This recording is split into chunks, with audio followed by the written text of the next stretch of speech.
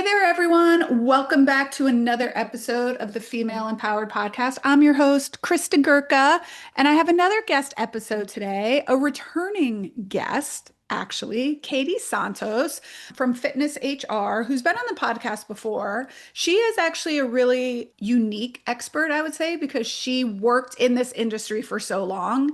So Katie and I met. I don't even want to know how long. It's always pre-COVID, post-COVID, but pre-COVID, through PMA, the Pilates Method Alliance, years and years, she had a very successful studio for many years in California.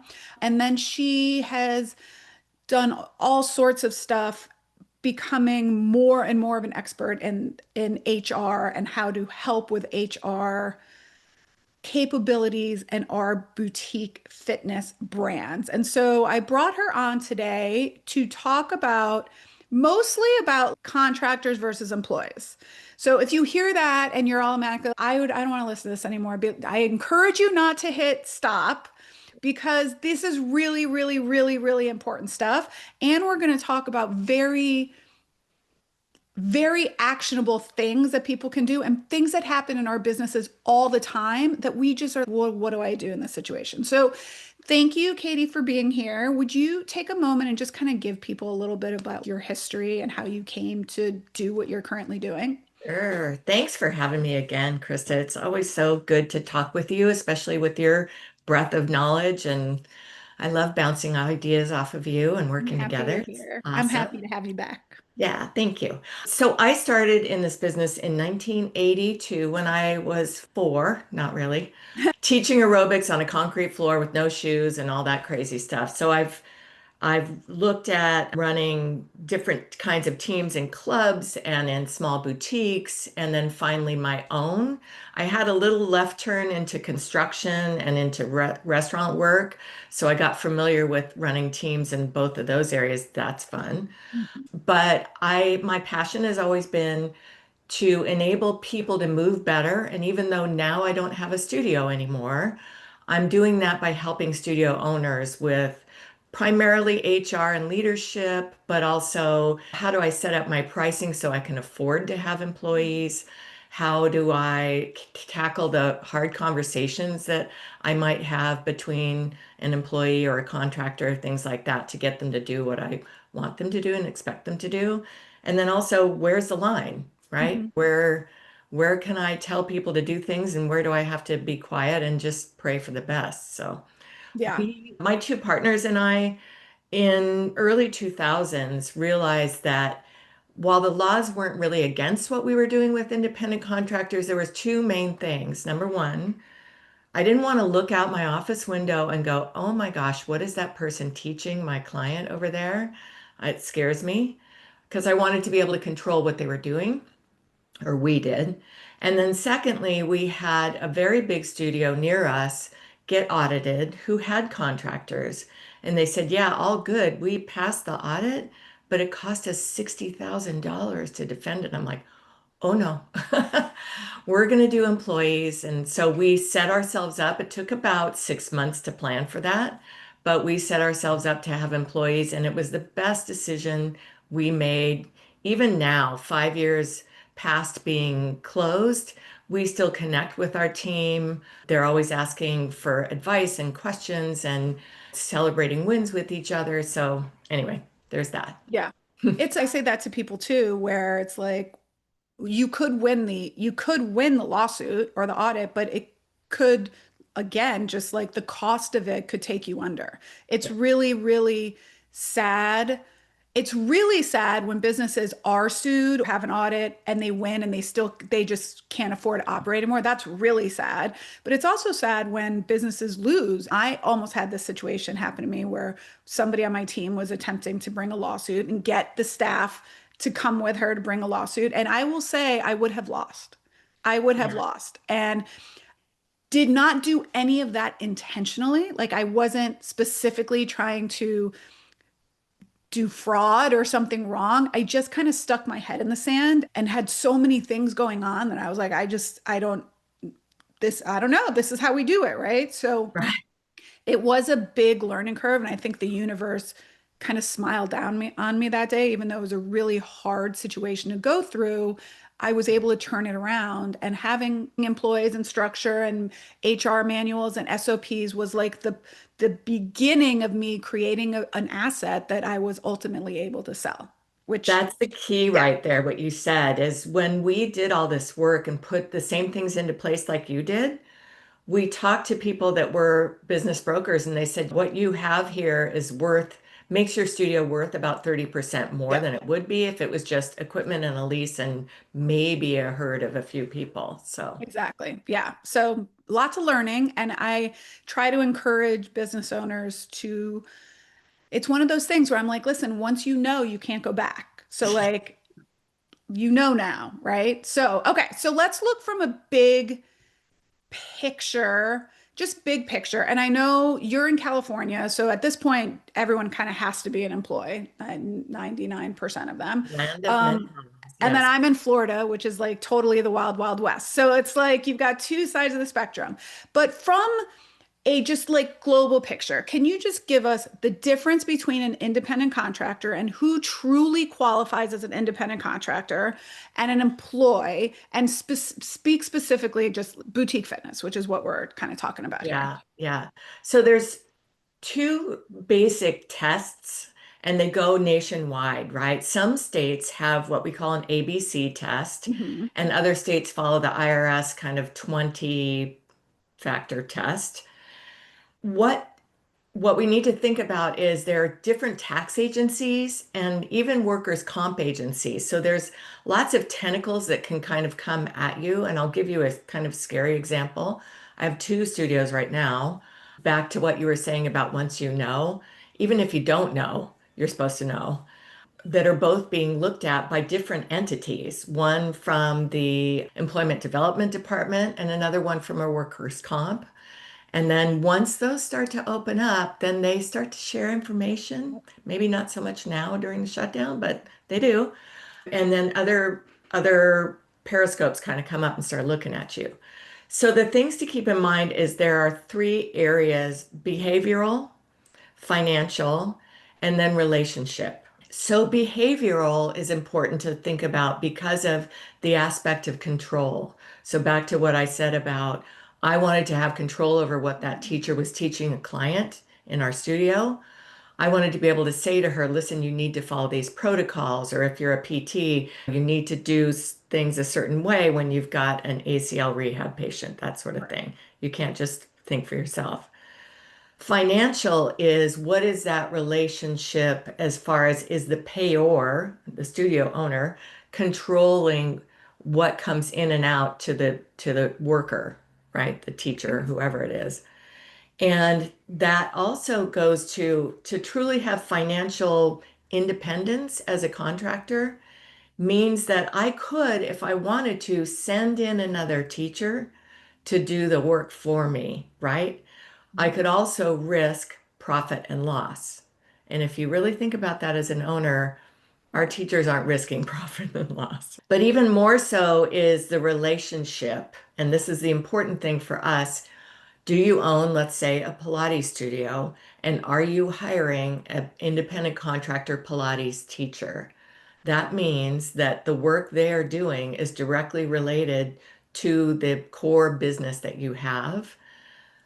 That almost without exception makes them an employee, period, end of story, right? For you and I, or a social media person, or a marketing person, excuse me, we're not part of their core business and they could stay in business without us or anyone like us, right? So we are truly independent contractors. Also, Like bookkeepers, maybe. yeah, Yeah. bookkeepers, because we could also choose as studio owners not to pay those people if we Right. really want, if Yeah. we didn't Well, like the yeah. work Yeah. or Yeah. whatever. The other part of that relationship is the length of time, right? So how many of us hire an independent contractor teacher and either don't have a contract with them Mhm. or don't renew it every year Mhm. or just let them work for 5, 6, 7, 8, 9 years? That's an employee kind of relationship, right? Yeah. So here's the tricky part, and I heard this actually when I was at the European Congress too, is younger and younger workers have access to ChatGPT. So Mhm. not only do they know what their rights are, If you say, no, you can't have vacation, they jump on things and start looking around. But they'll let ChatGPT organize a letter to you, a pretty threatening letter, actually, that happened to one of my clients. I'm like, it came within 5 minutes. And I thought, okay, this person is 19. I'm not taking away from them, but I don't think they could put a letter together like this that quickly. They pulled it from somewhere. So folks are smart, and that's a good thing. We want to respect that. We want to respect their intelligence. We want to respect their professionalism. So Yeah, that's a great, very well-rounded idea of what constitutes employee versus independent contractor. So let me shoot a few common but what if questions. Okay. So what if we have a studio that has nine nine out of 10 of our Pilates instructors are employees. We have one instructor that teaches on Sunday, two classes a week. She teaches two classes on Sunday. She actually works full time for a physical therapy practice that's in the hospital, not associated with us whatsoever. She maybe subs from time to time. Where is that a gray line? Could that go either way? Where would your advice be on that? Well, I'm it's sure your advice might be that's an employee, but have you come across those situations before? I have. And they went both ways, right? So, yoga studio here in the Bay Area had a woman who was, I think, in her 80s that would come once a year and do a 3 hour workshop. And this studio got called out and got audited. That particular auditor and that entity said she must be an employee, Wow. even though I was okay, Wow. that's a stretch. But then I've had it the other way. So a lot of what I hear is I have a Pilates studio, so I'm bringing in a yoga teacher to do this once a year or once a quarter or something like that. We're expecting that tax entity and that auditor to know the difference between Pilates and Right. yoga. I'm just going to let that sit there because I think we all know what that answer would be mostly.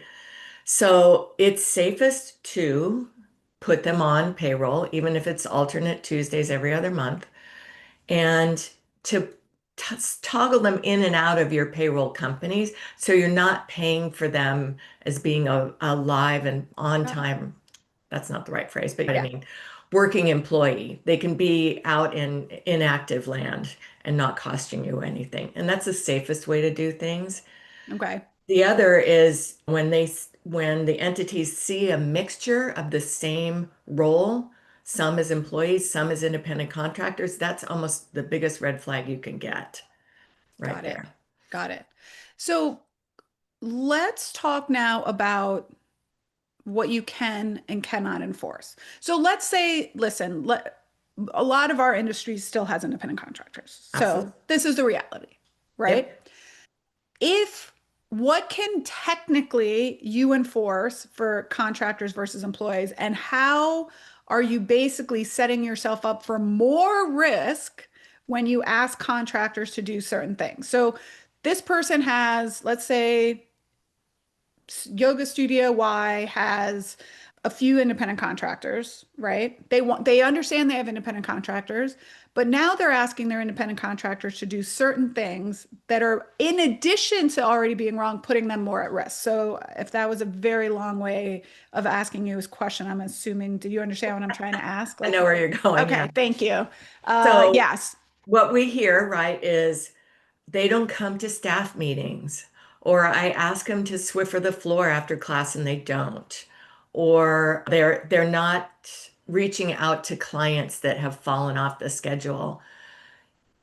You could possibly, depending on the state, set yourself up with a really good contract from a lawyer, not me, to say this is a contract, it's a year long, you're teaching X amount of classes. In addition, you're expected to do Swiffer the floor, call clients, things like that. You I doubt it, but might be able to get away with putting that in a contract. But if you step outside of either no contract or just an implied expectation of they're just teaching classes, and then you want them to go, oh, let me promote Studio Y, or how come you're not staying and closing up, or how come you're Mhm. not being able to take money? Tough beans, they can do what they want. They're Right. independent, so they Yeah. don't have to do that, And which nor should we be asking them to do expecting them that. to. Right. Yeah, Because that's where they could come back and say, well, they asked me to come to staff meetings. They asked me to do this, which is outside my purview, which means I've been misclassified misclassified. as a contractor. Correct? Absolutely. Yeah. And we don't know where it's going to come from. Right, exactly. Right. That's the thing. And people And are always, oh, my team would never do that. Well, stranger things have happened. I've heard So people say my dog never bites people until they do, until right? they do, right. It's what happens. So, okay. So, yes. Now, if an independent contractor wants to come to a staff meeting, they can attend a staff meeting, but they need to be paid for that time unless it's in the one way that I've seen it work with an attorney that we had on the that was kind of giving a little bit of an example of what you were just giving. If their contract is for this hour, and in the job description, the hour that they're getting paid for includes teaching and Swiffering, Yeah. then you can maybe get away with because it's start to finish, Yeah. right? And it's very But clear. it's very clear. But at a staff meeting is something else. So if the contractor's coming to a staff meeting, you should be paying this contractor a set amount for attending the staff meeting, correct or incorrect? Ideally, they should be billing you They for should that. be billing you. Okay. Rather Invoicing than you for you that putting time. it on a time card and then sending them that's the cleanest way to do it. It's still not great, but running them through, say, mind bodies, timekeeping, and they clock in and out, really problematic Yeah. because chances are you've got a front desk person that does the same thing who's an Yeah. employee, Right. and that's kind of sticky. No, Plus, no. they're showing publicly in your schedule, and Right. yeah. So What about obviously time off is a big thing and people are like, well, they want to take 3 months off. they And have to they do can. it. They have to let him go. Right. Yeah. It's Okay. not a request. It's a, hey, guess what? I'm leaving to I'm Ireland. leaving for 3 weeks, right? Now, is there something there in the contract? So let's say they are legitimately a contractor or they Yeah. deem whatever. Is there something in the contract though that says if you could write in like if you are unable to fulfill the contract for X amount of time, this contract is now null and void. So basically you can say, well, now you're not keeping up with your end of the contract. So Right. basically it's null and void, which means you separate. Yeah, same lies true with employees. Be so clear about every possible expectation you could come up against, whether it's in somebody's contract as an independent contractor or an employee. And that speaks to we expect that you are Mhm. going to do these things. And on the good side of the employee part, this is part of the job requirements. And if they're not met, then there's coaching opportunities and all that. But if they're not met on the independent contractor side, that's can be the end of the contract. Yeah. So we're coming up to the end of the year now. We're recording this in October. I think it'll air right at the beginning of November, I believe. So people start talking about performance reviews and end of the year bonuses and stuff like that. And they're like, I want to give to all my team. Can you speak to that? I would not do a performance review for an independent contractor at all. Yeah. It's just the safest thing. Mhm. You can have a conversation with them, but it's definitely not a review. It's not a, you're not, the verbiage I think is so important. You're not hiring them, you're contracting You're them. contracting them. You're not paying them, they're invoicing you. We're renegotiating the contract and the expectations in that contract. We're not giving a performance review. Those terms are important and they may not seem like it Mhm. because they are out in the ether, but they're heard, Yeah. right? From whether it's that team member, contractor, or whether it's another employee. So when you start to use the same verbiage for those two different roles, you get into a little trouble. keeping in mind the end of the year is coming, as you know, we're working with a couple of places together that we want to get them onboarded so their employee relationship starts in January. It's a little troublesome at this juncture unless they're really in a bind. Like I have another Mhm. one that's being sued right now, so we're trying to do it really, really quick with a lawyer's help. But normally you would wait to January because you don't want to mix. They were Mhm. 1099 for a while and now they're employees, and guess what? It's the same business and the same job. And it's like, what? The pain. Yeah. So if you have employees, yeah, this is the best time to sit down, plan out the year. We would play kind of a funny little team joke with our group as mind body, for those of you that have it, is challenging. So we would cut our schedules, both the class and our teacher schedules at the end of the year so that it was very clean to start the following year. So about this time, I Mhm. would send out a little note to my staff and say, hey, what schedule changes do you want for next year? You staying with the same? Are you adding days? Are you cutting back? Whatever. Let me know by, and I gave them a deadline because if we don't hear from you, we're going to figure that you're quitting December 31st and we'll wish you well. So they would respond back and we would put the schedule together and then we'd sit with them and say, okay, what are we going to do next year for Mhm. workshops and who do you want to bring in? Do we want to have Krista come and do a workshop for post physical therapy and Pilates or things like that? What do we want to put on the schedule? And it was a good team building exercise toward the end of the year. Yeah. So let's transition now towards employees. Yeah. So now you have an employee. There's a lot of different models that you could have. You could have hourly employees, you could have Mhm. salaried employees, like you could have non-exempt salaried employees. So, can you explain the difference between exempt and non-exempt salaried employees? Yeah, always a hard one. Yeah. So exempt, think of it as they are exempt from overtime. And fireworks go off and you're like, ooh, that's awesome. But they have to meet certain Mhm. criteria, certain tests. So it has to be a computer scientist, which we're not. In our business, usually it's administrative or supervisory, Mhm. which means that the bulk of their work, like more than 50% of their work, has to be in that capacity. And then you also need to meet a salary threshold. Don't quote me. I think they're changing it again. I don't remember, but it's something like 60,000 something a year. You can look up what is not the exempt salary threshold in your state. Because Mhm. guess what? California's Yeah, higher than of everybody course. else. Yeah. But it changes about lots of different laws change about this time of year. So I know there's one state that's going to look at putting in sick pay. The bill hasn't passed yet. Things are going to get really slowed down because of the shutdown. So there are Mhm. probably going to be massive changes here in the next, like at the end of November, I would guess, when everybody's got their glasses back on and they're doing their work. There's also making sure that they, even when you bring in somebody that's exempt, that you put the expectation that there's a certain number of hours that they're going to work. And I would recommend having them in the studio, even if it's back office admin stuff. We Mhm. still can't really monitor without expensive software what people are doing at home. And your workers' comp coverage, I think, is going to be a little bit less if they're in the studio versus at home. But non-exempt means they are not exempt from overtime and that they're paid hourly. And that hourly, remember, in our business varies. I'm not kidding you. We had 9 different pay rates between admin, teacher trainee, privates, duets, fours, threes, twos, all of that Yeah. stuff, reformer classes, mat classes, da da da.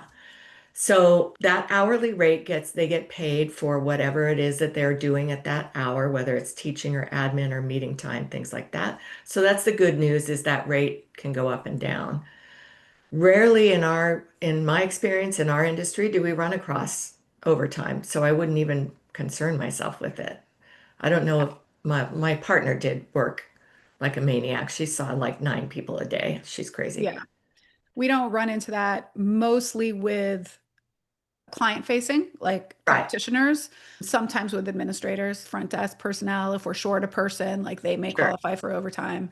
Usually in our industry, what I've seen, and I'm talking about more of the businesses that under $1 million, one, maybe two locations. I'm not talking about big franchises, but Right. you might maybe have one exempt salaried person who's your director of operations, who's managing other people, who has people report to them. But when your business gets bigger, maybe some of these franchises, or you have four, five, six, 10 locations, like, but I'm Right. not, that's not most of my listeners. So Right. okay, so now when you're talking about, let's talk about what you can ask of a employee. Yeah. Okay, so we get this question a lot. I have, and it's not as much in the Pilates, yoga, bar world, but it is in the physical therapy world. So Mhm. most physical therapists are paying off a shit ton of debt, and so most of us need salaries. Okay, so most people coming out of school, they don't want to work hourly. They're like, I need a salary. All right. It's But also kind of, you can do a non-exempt salary as yeah, well. And totally. You can do a non-exempt salary, which is what most of them do, non-exempt salary. They base it off an hourly, but it really is a salaried position, right? That's more how our industry works. So now what we get from business owners is, so Sally, who's on salary, I've noticed she's just leaving early because maybe her afternoon is two people canceled. Let's talk first about really what we can expect and dictate to the, I hate to use the word dictate, it sounds I remember what you said dictatorship, though. but Yeah. what can they do legally, right? And then we'll get into a little bit of like the mindset, like, is this a one-off thing, or that it's okay to let go because the long-term benefit is better. But from a legal perspective, someone's a salary employed, they're salaried for 40 hours a week, and you start to notice that they're either coming in late because they don't have a client. And again, I do teach, like, this is about expectations and setting them clearly. So, but from a legal perspective, what can the employer say and dictate to those employees? You can say and dictate anything you want. I have this, it's kind of not, it's not ongoing anymore, but there's a studio I work with, and all of their teachers are salaried. And I was like, are you sure you Wow. want to do that? Huh. Because it was hurting cats for a while Mhm. until we got very clear job descriptions, but importantly, a downtime playbook, Mhm. right? And you should be doing that for your front desk people anyway, because Right. as we all know, front desk is super intense. And then you're like, dun, dun, dun, dun, dun, what am Yeah. I doing now?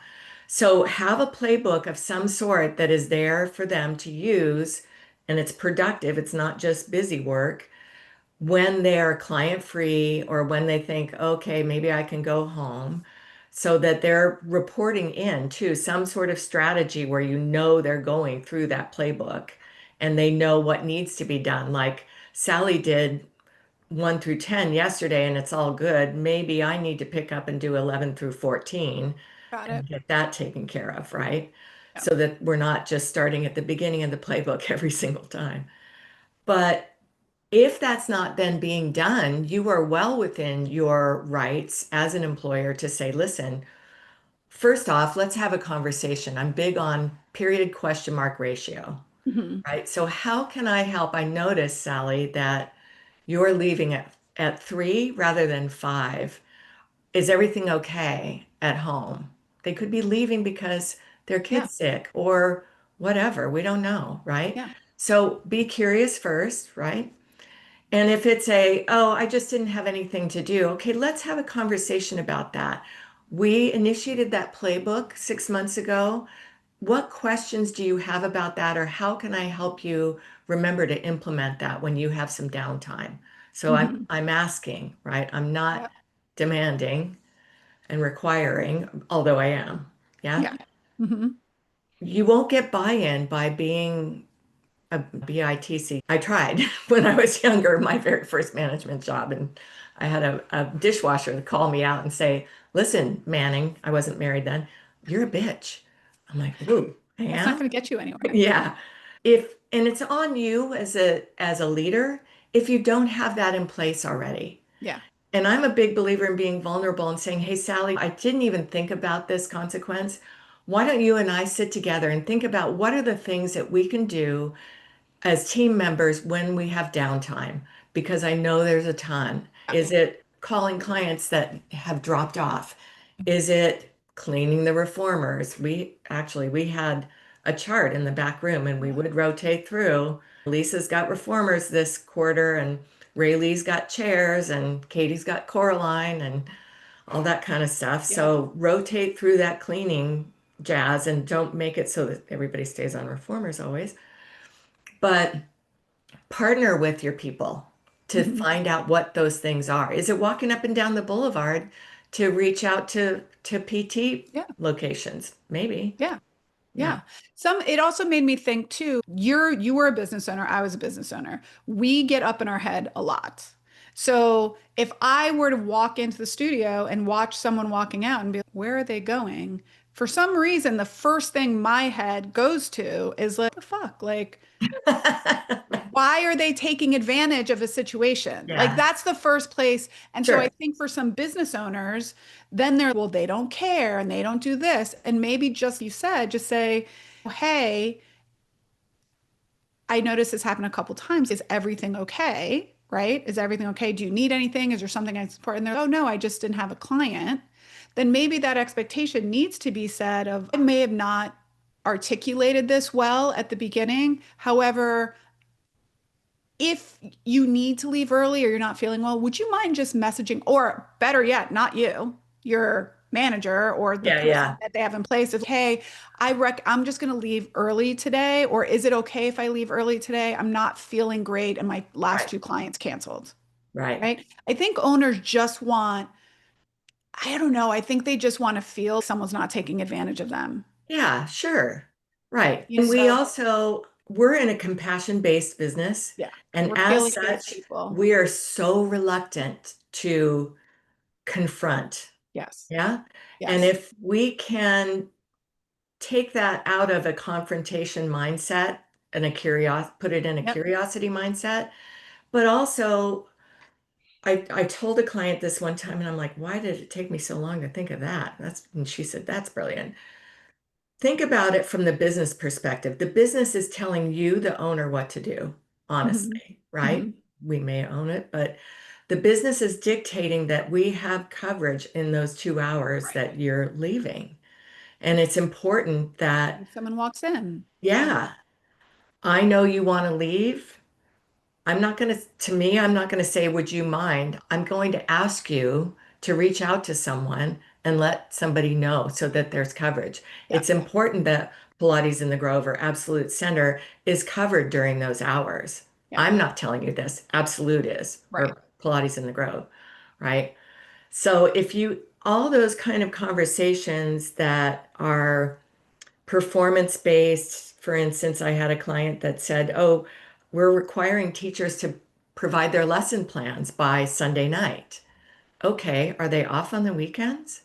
Why aren't you asking them to do it on Friday afternoon before Right. they leave? Right? Don't be barging into their weekends because we need to respect it. They don't own the business. We do. So change that. But then say, remember, this is a job requirement. And in order for you to keep performing, this needs to be done. It's not a, would you mind getting this done? Right. Right? This is a requirement.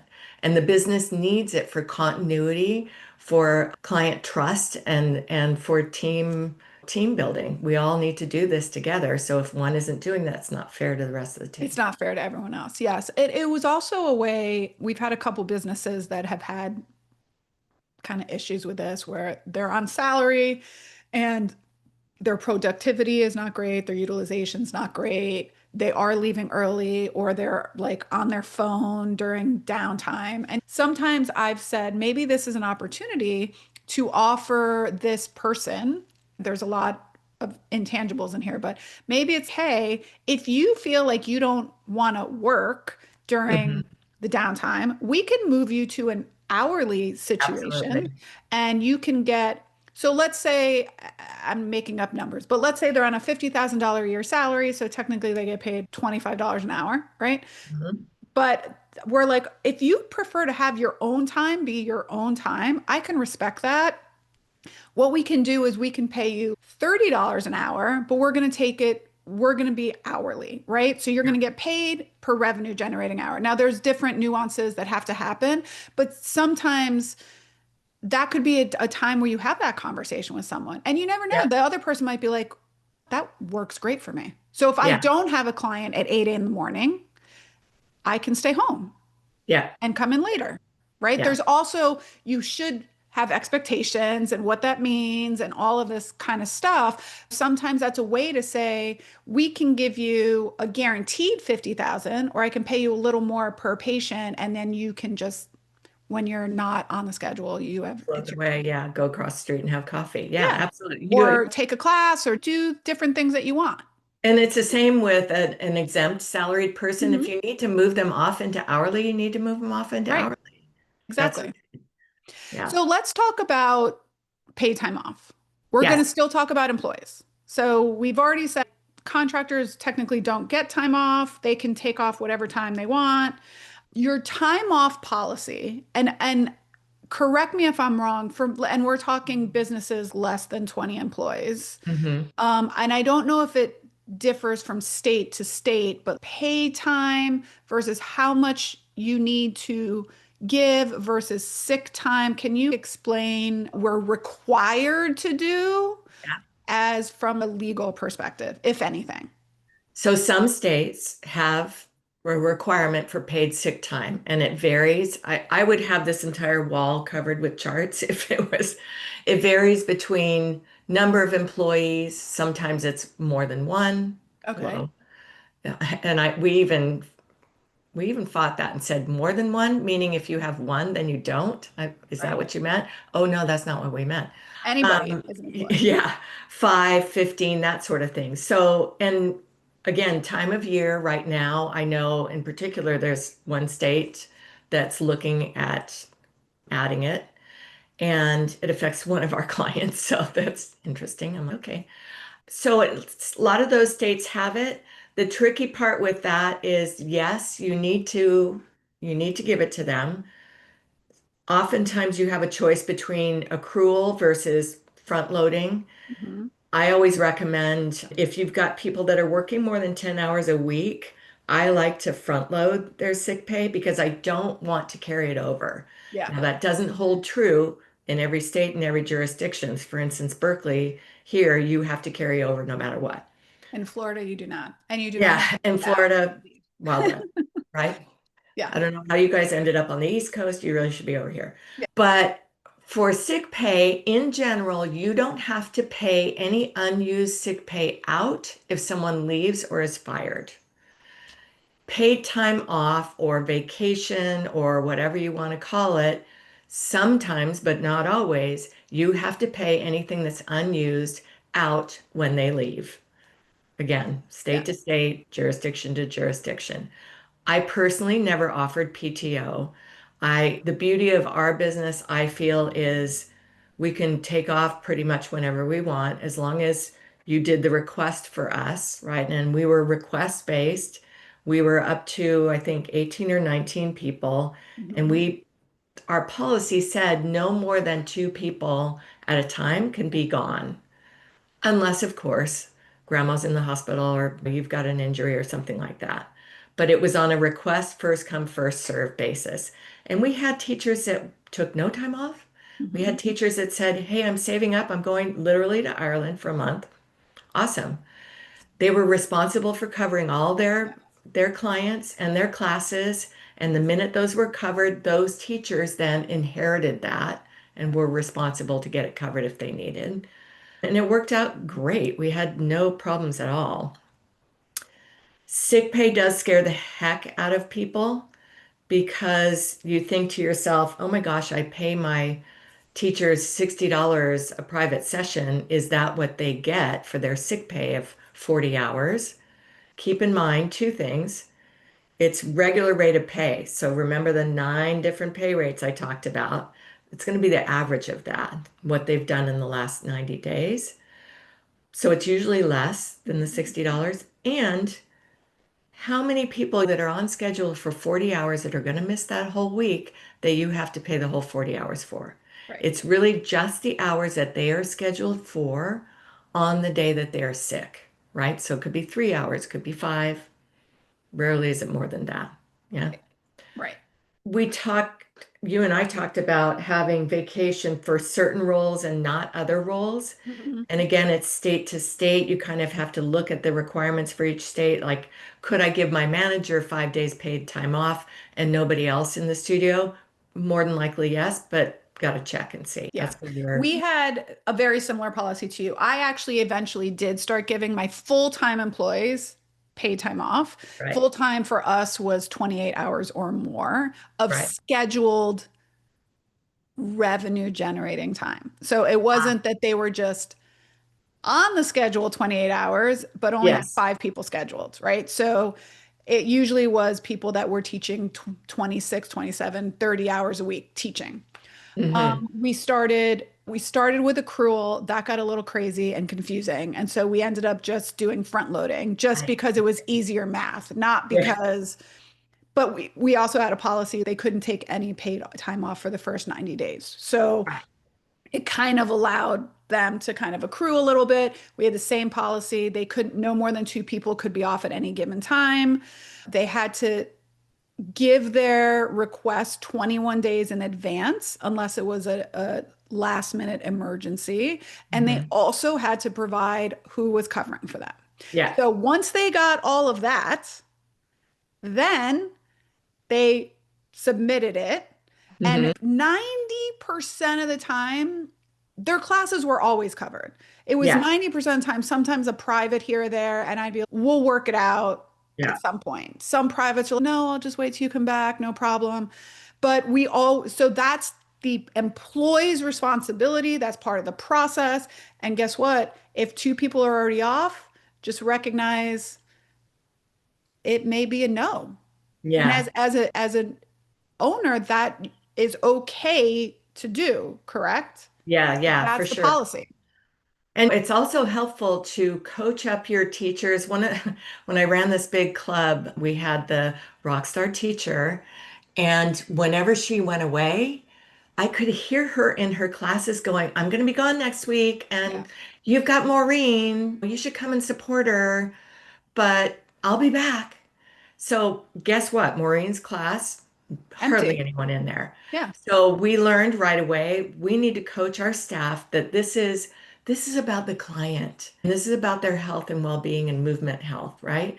So it's all of our jobs to be able to support those clients. So when Michaela goes away for 3 months or 3 weeks to Ireland, she knows to talk to her people in a fashion that says, hey, I'm going to pass you off to Nicole. And she's awesome. She's got all the notes and she's got Katie and Claudia and Louise back there to help her out if she's got any issues, which I don't think she's going to have, but you're in really good hands. Yeah. And rarely did clients go, no, I don't want to. I, Yeah. I mean, we had it a little bit. We had to do that a little bit too. And I did like a whole math problem like situation for them and I showed them like if all of you take 2 weeks off, which is nothing, right? I'm like, right. if all of you take 2 weeks off and we lose X amount of revenue, there's 18 of you, Hmm. we lose over $100,000 a year in revenue. That Yeah. is like two of our administrators. Okay. Hmm. So I don't want you not to take time off. No, it's why I give you pay time off. I want you to take all the time off you want, but I also want you to have a job to come back to. Yeah. So it's important that we do this in a way that is for the clients. And we go back to our core values, like customer commitment was one of our big core values. And so it happens now, it's coming the end of the year. We had a policy for holiday time off. Yeah. We were like, you can choose Thanksgiving, Christmas, or New Year's. If you Hmm. choose to be off for Thanksgiving, my expectation is that you will be working Christmas and New Year. Now, we're not open all those 3 days, but I'm talking about around the Around holiday. it. Yeah. I'm like, we cannot be closed. And when I was a newbie business owner, I just taught all those classes. I was like, oh, you want time off? Okay, no problem. And I ended up teaching. And I was Sure. like, this is not sustainable, especially when No. you have more than one location. Yeah. So it's okay as an employee. You just have to have them written out and you have to have is that something that goes in your handbook or is that more like a policy and procedure? It's more policy and procedure. So the handbook, I hired a friend of mine who was an HR professional for a while. She came in the studio and she beat it into me. A handbook is all the legalese, their leave rights, when they get paid, harassment, all that sort of stuff. And the manual, the studio manual or operations manual has all those other policies in there. Got Like, it. yeah, in the handbook it says when you're actually closed. Mhm. The details of we're closed, but if you want to train, you can come in if you've got a key and Got it. all that kind of stuff Yeah, we goes in. had that policy too. Yeah, yeah, What, yeah. yeah, I always said we're going to cancel classes, but if Yep, any of you, we had a lot of people that didn't celebrate Christmas for religious reasons. They sure, celebrate another sure. holiday. And I was like, Yeah, if you want to come in and teach, I'm okay with that. You don't have to. I want to make it very clear that we're not asking you to work on a holiday, but if you want to see your clients or if we closed early on Labor Day if you want to come in, that is yeah. absolutely your prerogative. We actually did for the last couple years I owned the business. Thanksgiving classes were always a huge hit for us. So I actually said to the teachers, if you want to teach on Thanksgiving Day, I will give you a 50-50 revenue share. So if Nice. you choose to teach a class on Thanksgiving Day, which we always sold out, you get Mhm. 50% of the revenue for that day. So a lot of our instructors were, well, I'll come Exciting. in and teach. So okay, Yeah, so go and ahead. we What were you have going to to say? think also, I'll just pause on that. If accommodations, because you mentioned the religion part, right? There are other Yeah, religions that have other days that they want off or they're fasting or whatever it is. And we as if they're employees, we have to respect yeah, that. That's part of their rights as employees. yes. And in terms of unpaid time off, which is what you said, a lot of people have unpaid time off, but let's say you do have PTO. They've exhausted that, right? Mhm. We as employers can say, you've exhausted your paid time off. We could say no to the future requests, technically, You correct? Or is there an unpaid, what is the unpaid time off? Is it varied for state? How does that work? Yeah, no, they can take whatever unpaid time off they want if as long as it suits business needs. We can't deny them if they call in sick, Right. and we can't deny them, let's say they're coming off some sort of injury or pregnancy even, right? Hmm. That's a big one Hmm. in our, Yeah. we have to be able to say, listen, I get it. You're going to have extra time off.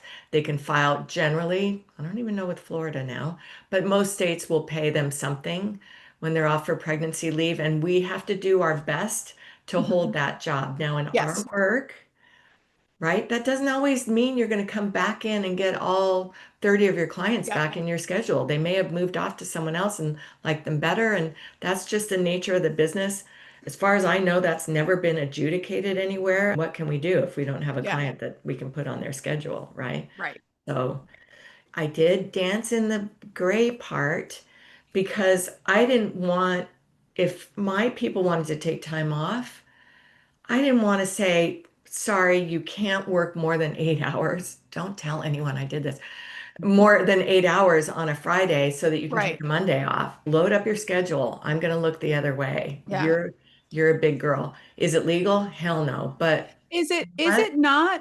So what about people that work 410s or 312s? Yeah.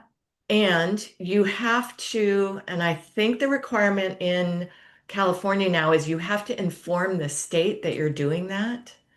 And Uh, you have to get permission from them. I don't know if that got rescinded or not. Ooh, too complicated. I'm uh-huh. not gonna look at Yeah. it. I'm not Because it's common groceries. nurses or Yeah, physicians yeah, or for sure. PTs sometimes. Like And I they're worked also at governed by Florida. collective bargaining agreements, so they Yeah. can kind of do that Interesting. too.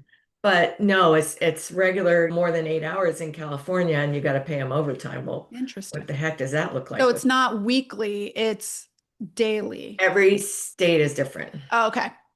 Okay. Yeah. So So if you had to give one piece of advice to a studio owner listening today to prevent these headaches in the future, what is one thing they could do?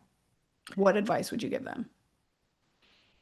be brave and set the expectations ahead of time. Just take the time to sit down, no matter what you have as far as types or classifications. But take the time to really sit down and think about on a Sunday, put to 25 things that you expect out of someone in a teacher role or a front desk role. You don't have to flesh them out, just put them down. Mhm. And then even take them to someone that's in the role now that you trust or that you respect and say, okay, I've got these 25 things. How do we flesh this out to make it so that everyone is on the same page and understands what they're Mhm. supposed to do? But also, that's my one biggest thing. And don't be afraid. This is your business. Yeah. You have worked so hard to get here. And you mentioned something before we came on air. I want to be the cool boss. Don't be the cool boss. It's hard. It's really hard because I said we're compassion-based people and we don't want to tell people the yucky things. But if we approach it in a leadership mindset where we can set the expectations all the way from hiring on through. When I'm interviewing people, here's what we expect at Absolute. We don't require these things, but it's great to have, and it makes you so much more of a professional. We set those expectations before we even brought them on board. All the way down to you and I talked earlier about scheduling. What if their schedules aren't full? We set that expectation too. It's going to take you a month or two to ramp your schedule up. Maybe you'll be amazing and we'll get it done quicker, but more than likely, we just went to a super busy restaurant opening and a server that I know really well who's very capable was there and they said, "Yeah, we only have two tables." Yeah, well, they want you to ramp up and Yeah. know the product inside and out before they slam you with five. That. Yeah. So, and same with our people. We want them to understand our culture and what we're about before we start slamming them full of clients that they may not be training in the fashion that we want them Right. to be training in. Right. I could Great go. advice. I I would could go also add you can be a cool boss and hold people accountable and set expectations. Two things can be true at the at the same same time. time. Yeah. Yep. So, well, this was great. I always love talking to you. And I Thank actually learned you. something about the 8 hour day. It Not wasn't, always. Not I'm not always, which is kind of weird, kind of strange just because every state is different. But I always thought no matter where it was for a week. So if somebody was, hey, I need to go to the dentist, but I don't want to use my paid time off, well, if you want to come in 2 hours early tomorrow, like that's cool. But I don't even know. I mean, Florida, you can do pretty much anything, Yeah, but yeah, I don't even know if it's actually, I should look that up. So yeah, I should look it up in Florida. But yeah. And every where, administration, as these administrations come yeah, in, go in and out. Yeah. Lordy, now Yeah. what? Well, Yeah. where can people find you? Because I'm sure people may want to reach out to you for your services or learn more information about you. So where can people go to check you out? So I'm on Instagram, FitnessHR. Fortunately, got rid of the underscore because I got my trademark. Finally, yes. And then fitnesshr.com, I've got a link there if you want to book in for a 25-minute conversation. I'm just here to help our industry grow and be Yeah. more professional. And I really don't want to see owners who have worked so hard and lots of them who have survived this 5-year drama that we've been through let their business go down the tubes because of something that they could have prevented. So I'm here as a resource Yeah. to bounce ideas off of and ask questions of. No dumb questions ever. Yeah. Because moving Great. patients and clients, you don't know HR stuff. Right. And Yeah, and you're responsible to know it, but you don't have to, that's why you hire people, right? So you don't have to be the expert in every single thing in your job. And I always tell business owners this, you're going to pay with time or money. And most of us, usually when we're in this predicament, sometimes we're like, I don't have any time to deal with it. So work with someone like Katie and pay the money to have it done right the first time and have all your questions answered, right? And then that way you're set up for success in the future. The same way that we, being the professionals that we are, whether we're physical therapists or Pilates instructors, we can increase the speed someone has to success when they work with an expert.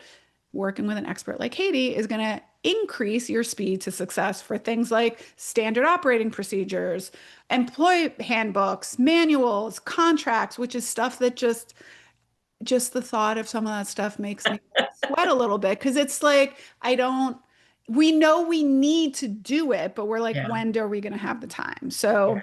I appreciate, we're going to link all of your contacts in the show notes. I appreciate you so much, Katie, for Thank sharing your you. time and your knowledge with us. And until next time, everyone, bye for now.